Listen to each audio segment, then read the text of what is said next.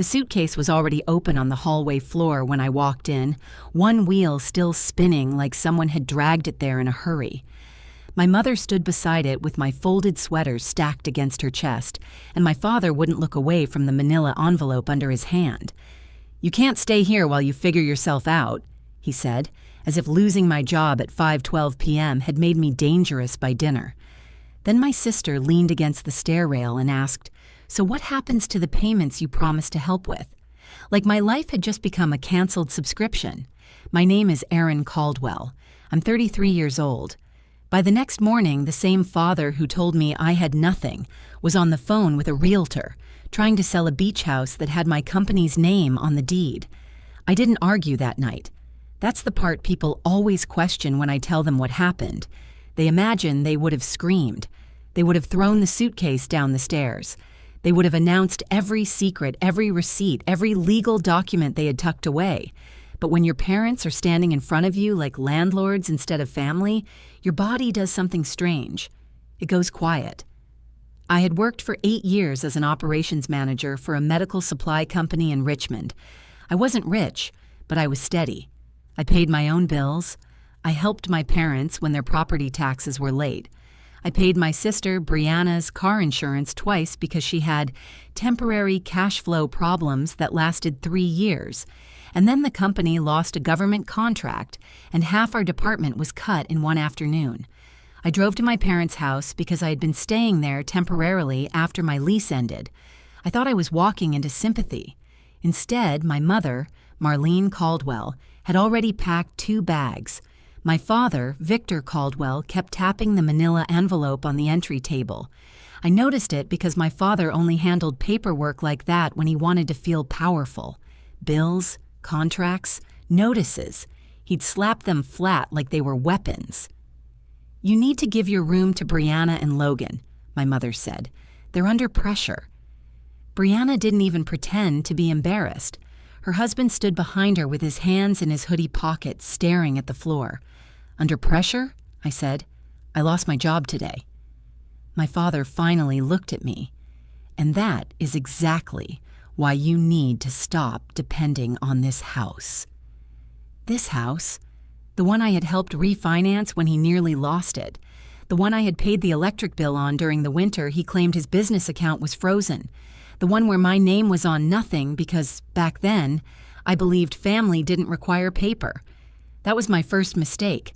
My second mistake was assuming they still knew the difference between help and ownership.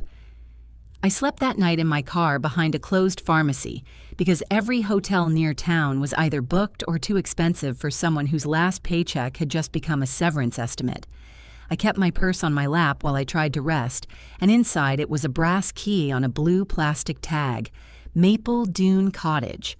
That was what my grandmother had called the beach house in North Carolina. Not fancy. 2 bedrooms, faded cedar siding, sand permanently trapped in the porch boards. Everyone in the family treated it like an emotional inheritance, a place they could claim in stories. But legally, it belonged to Sandbar Meridian LLC, my LLC. 3 years earlier, after my grandmother had moved into assisted living, the cottage was almost sold at a tax auction. My parents said they couldn't help. Brianna cried about losing our childhood place, but offered nothing. So I paid the back taxes, paid the insurance, paid for a real estate attorney, and my grandmother signed a warranty deed transferring the property to my LLC in exchange for me assuming all expenses and preserving her right to use it for life. The deed was recorded in Dare County. The operating agreement was in my filing cabinet. The key was in my purse. And nobody in my family had cared enough to ask how the cottage had been saved. At 8:03 the next morning, my phone buzzed with an unfamiliar number from North Carolina. I almost didn't answer. A woman said, "Is this Erin Caldwell, registered agent for Sandbar Meridian LLC?" I sat up so fast my neck hurt. "Yes. My name is Tessa Whitmore. I'm a broker with Atlantic Shore Realty. I'm calling because a Mr. Victor Caldwell contacted our office yesterday about listing Maple Dune Cottage. But when we pulled the property record, it showed ownership under your LLC." My mouth went dry. "He contacted you yesterday?" "Yes," she said carefully. He said he had authority to sell on behalf of the family. The family. That phrase again. The soft blanket people throw over theft so it doesn't look sharp. I asked her to email me whatever he had sent. 5 minutes later, sitting in my car with cold fingers and a dying phone battery, I opened the attachment. It was a signed listing intake form. My father had written that the owner was Caldwell Family Estate. There was no such estate. Below it, he had attached an old photocopy of my grandmother's deed from 1998, before the transfer, before the tax lien, before my LLC existed. And underneath that was a typed statement claiming he was authorized representative for all Caldwell heirs.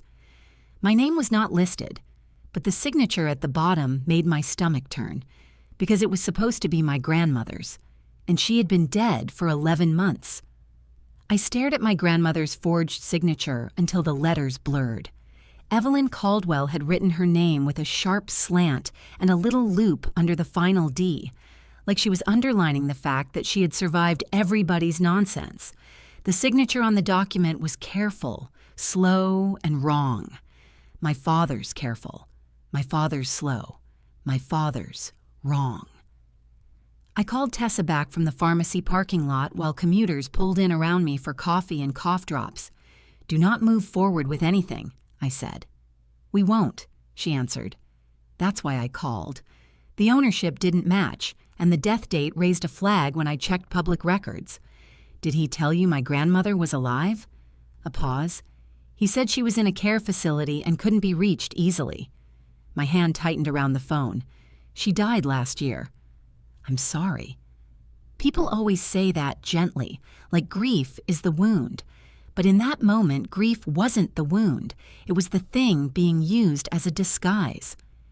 "Can you send me a written summary of your communications with him?" I asked. "Yes. And Erin? If I were you, I'd contact your attorney." My attorney. I had one, thank God, because 3 years earlier when everyone called me dramatic for putting the beach house in an LLC, I had still signed every document the right way. Recorded deed, articles of organization, registered agent, insurance policy, bank account.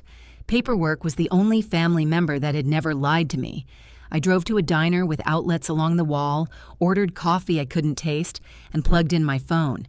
Then I called Marcus Bell. He was the real estate attorney who handled the transfer from my grandmother. He answered on the third ring. "Erin, everything okay?" "No," I said. "My dad tried to list Maple Dune." Silence. With what authority? "Apparently, Grandma's ghost gave it to him." Marcus exhaled. "Send me everything."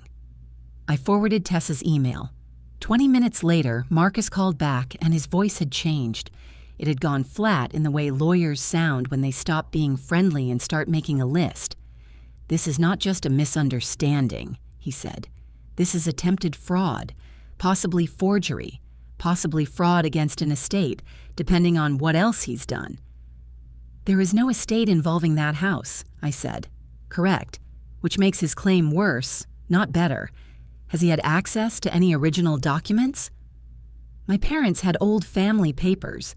Grandma kept copies in a cedar chest before she moved." "Does your father know about the LLC?" "I don't think so. They never asked. They assumed the cottage was still family property." "Then we need to make sure he learns that from a cease and desist letter, not from you shouting in a driveway." That was exactly the kind of sentence I hated because it was correct. By noon, Marcus had drafted a letter to my father, Brianna, and Logan, ordering them to stop representing any interest in Maple Dune Cottage, stop contacting realtors, stop using outdated deeds, and preserve all communications regarding the property. I gave him permission to send it by email and certified mail. Then I did something harder. I called my mother. She answered like she had been waiting for me to apologize. "Well," she said. "Not hello. Not are you safe. Just well." "I need my documents from the filing cabinet in the guest room," I said. "You mean your old room?" "No, I mean the room you emptied." A sharp breath. "Erin, don't start. I'm coming by in an hour. I'll pick up my files and the rest of my things." "That isn't a good idea. Your father is upset." I almost laughed. "He's upset? You embarrassed him this morning." There it was. My father had already gotten the letter. "That was fast," I said. "He got some threatening email from a lawyer about the beach house. I don't know what you think you're doing, but that place belongs to this family. It belongs to Sandbar Meridian, LLC. My mother went quiet. I could hear a television in the background, then Brianna's voice asking, "Is that her?" My mother lowered her voice. "Erin, listen to me. Your father was only trying to find out what it was worth." "With a forged signature from a dead woman?" Another silence. Then my mother said the sentence that changed everything. "Your grandmother would have wanted us to use it to help Brianna." I closed my eyes. Not help the family, not save the house, not honor Evelyn. Help Brianna. Brianna, who had leased a luxury SUV she couldn't afford because Logan said clients respected it.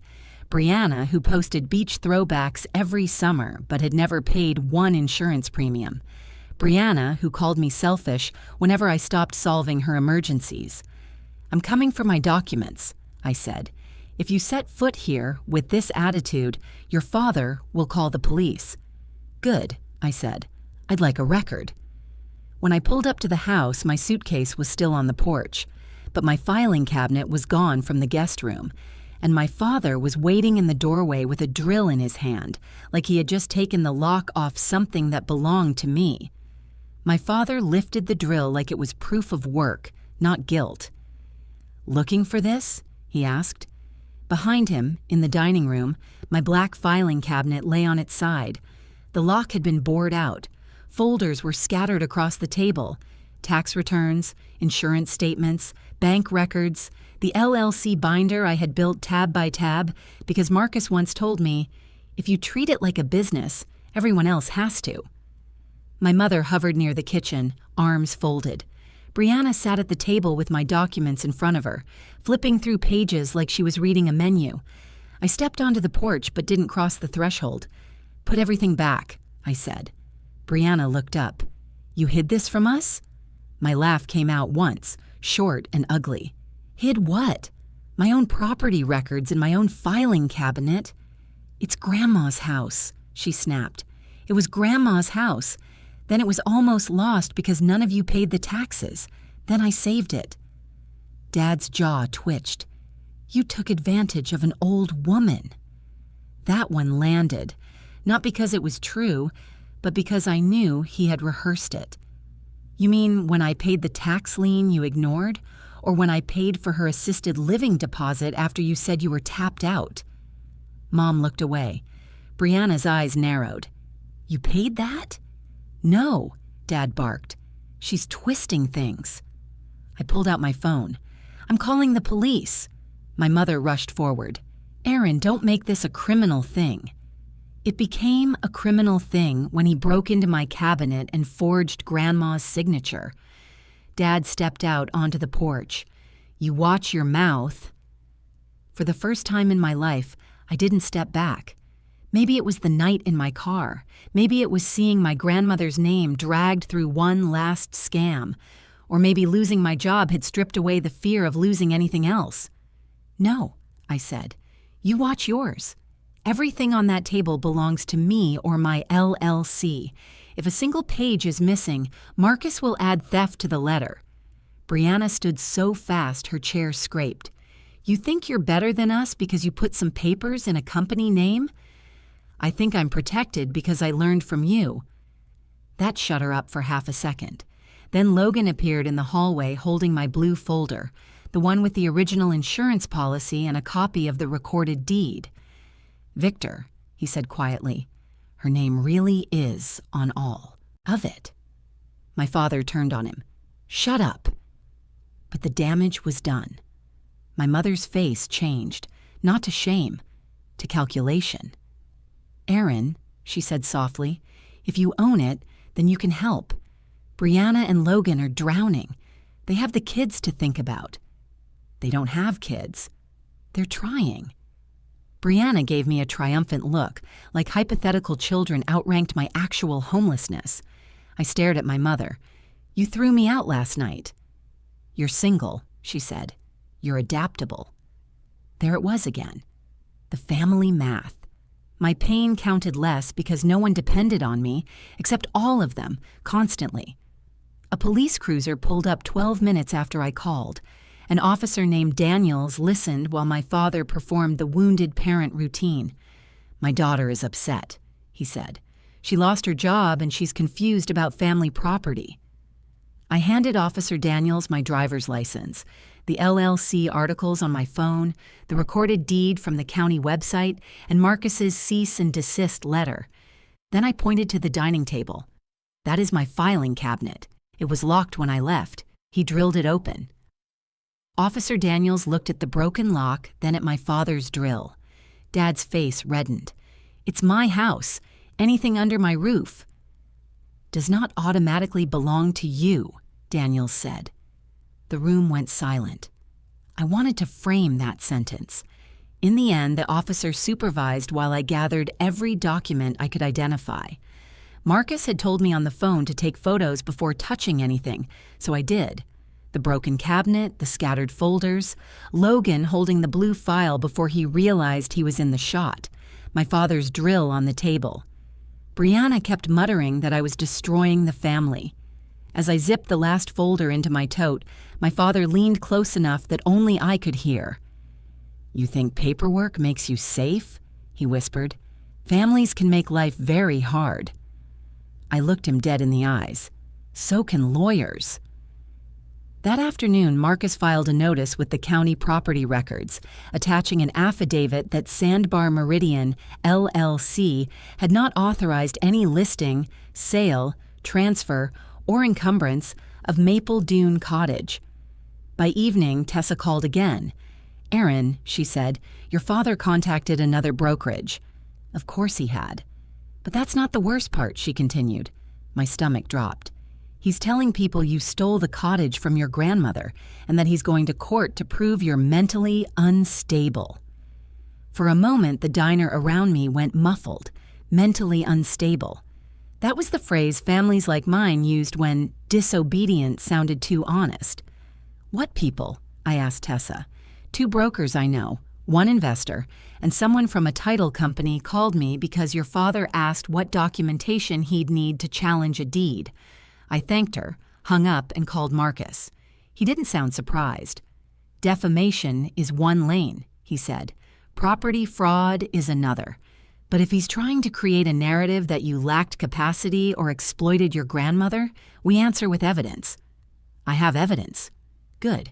Bring everything." I spent the night in a budget motel this time, paid for with the emergency credit card I used to keep frozen in a sandwich bag in my freezer. At 2 in the morning, I sat cross-legged on the bed and sorted my life into piles. Grandma's handwritten letter thanking me for saving Maple Dune. The cashier's check for the back taxes. Emails from Marcus explaining the transfer.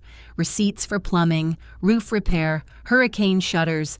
Bank statements showing every payment came from my LLC account. And then I found the envelope I had forgotten. It was cream-colored, with my grandmother's handwriting on the front. "For Erin, if they ever make you doubt yourself." My throat tightened before I opened it. Inside was a letter dated 6 weeks before the deed transfer. "Erin, your father will call this betrayal because he believes anything he wants should eventually become his. Your mother will call it peacekeeping when she asks you to surrender. Brianna will cry because it works. I am signing the cottage to your company because you are the only one who acted when it mattered. You asked me 3 times if I was sure. I am sure. Do not let them turn your kindness into a debt. Love, Grandma." I read it once, then again. Then I took pictures and sent them to Marcus. His reply came at 2:17 a.m. This helps a lot. The next morning, I drove to his office wearing yesterday's blouse and motel shampoo in my hair. Marcus had already printed a stack of documents. A paralegal handed me coffee like she knew exactly what kind of family required legal caffeine. "We're sending a second letter," Marcus said. Stronger. We're also preparing a police report supplement and a civil complaint if needed, but there's something else." He turned his monitor toward me. My father had posted on Facebook at 6:42 a.m. "Some people will manipulate elderly relatives for property, then abandon their own family when times get hard. Pray for us as we fight to recover what was stolen." There were already 43 comments. Most were from cousins who hadn't visited Grandma once in assisted living. So sad. We knew something was off. Erin always thought she was above everyone. My hands went cold, but not shaky. That was new. Marcus asked, "Do you want to respond?" "Yes," I said. "Emotionally or effectively?" I looked at him. He smiled faintly. "Correct answer is effectively." So we wrote one sentence. "Any statements claiming I stole Maple Dune Cottage are false. The deed transfer was handled by counsel, recorded legally, and supported by written consent from Erin Caldwell prior to her death." I posted it with one attachment: the county property record showing the transfer date, not Grandma's letter, not yet. By lunch, my mother called 14 times. I didn't answer. Then Brianna texted, "You're humiliating Dad publicly." I typed back, "He posted publicly." 3 dots appeared, disappeared, appeared again. "We need that house. Logan has debts you don't understand." I stared at the message. There it was. The missing center. Not childhood memories, not family legacy. Debts. What debts? She didn't answer. At 3:08 p.m., Marcus's paralegal buzzed his office. "There's a Victor Caldwell here, with his wife." Marcus looked at me. "You don't have to see them." But I wanted to. Not alone, never alone again. My parents entered the conference room like they were arriving at a principal's office. Dad's face was flushed. Mom's mouth was tight. "You've gone too far," Dad said before sitting. Marcus folded his hands. "Mr. Caldwell, this meeting is being documented." Dad ignored him and pointed at me. "You stole my mother's house." I opened my folder and slid the cream letter across the table. Mom reached for it first. She read silently. Halfway down, her lips parted. Dad snatched it from her. His eyes moved over Grandma's words, and for one glorious second he had no performance ready. Then he said, "She was confused." Marcus leaned forward.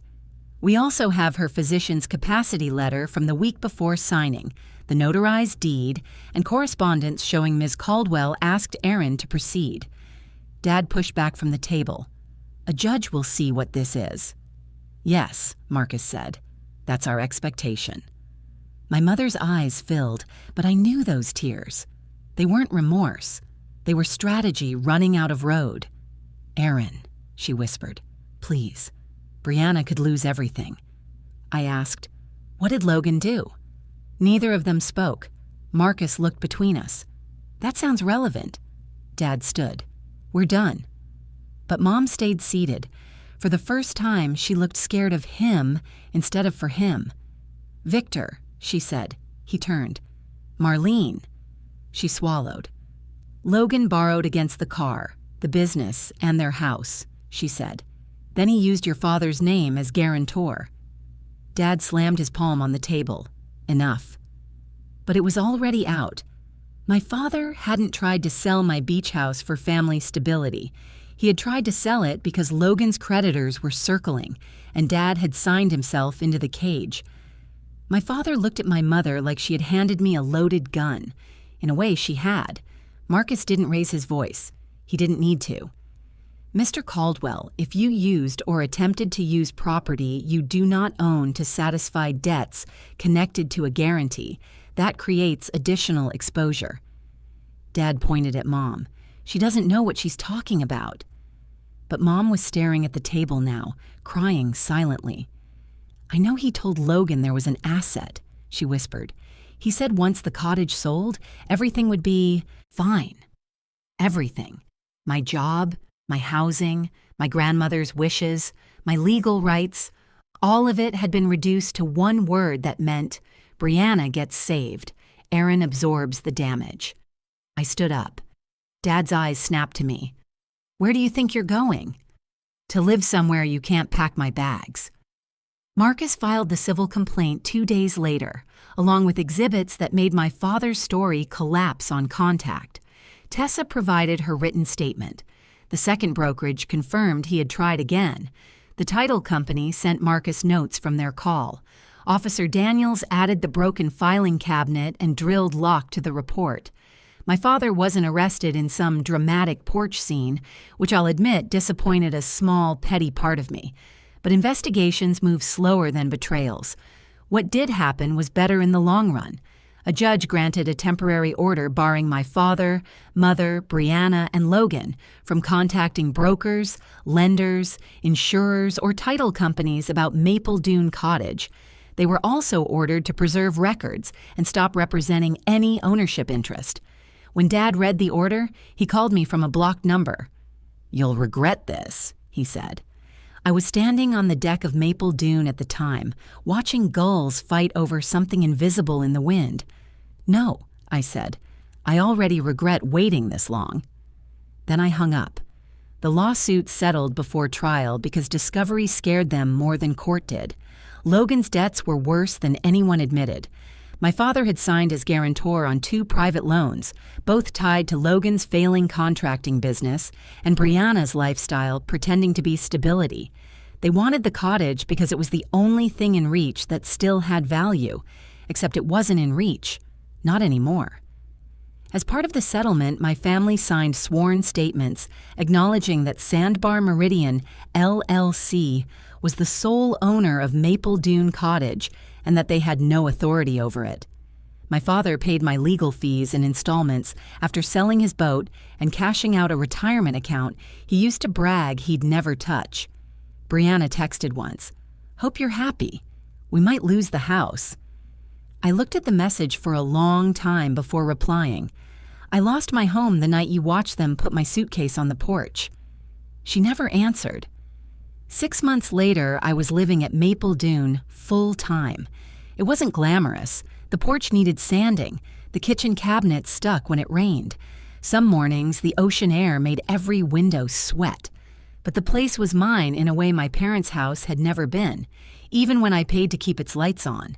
I found remote work managing logistics for a regional healthcare nonprofit. Less money, better people. I turned the smaller bedroom into an office, with Grandma's letter framed above the desk, not as a trophy, but as a warning and a blessing. Do not let them turn your kindness into a debt. By the following spring, I planted sea oats along the dune line and painted the front door deep blue, the same shade as the plastic tag on the key I had carried that night in my purse. Sometimes I still thought about my suitcase on the porch, not with grief anymore, with recognition. That suitcase had looked like exile when I first saw it, but really it was evidence. It proved exactly where I stood in my family's accounting. It forced me to stop begging for a place in a house where love came with invoices and eviction notices. One evening, after a storm rolled out, I sat on the deck wrapped in Grandma's old quilt. The sky was bruised purple, the sand still wet and shining. My phone buzzed with a call from my mother. I let it ring. Then I turned the phone face down and watched the porch light flicker on behind me, warm and steady, glowing over a house no one could take by yelling, "Family," loud enough. For the first time in my life, I didn't feel kicked out. I felt home. If you've ever had someone try to take what you built and call it family, tell me in the comments and subscribe for more stories like mine. If this story stayed with you, tell me in the comments what you would have done in my place. And if you want more stories like this, please like the video and subscribe to the channel.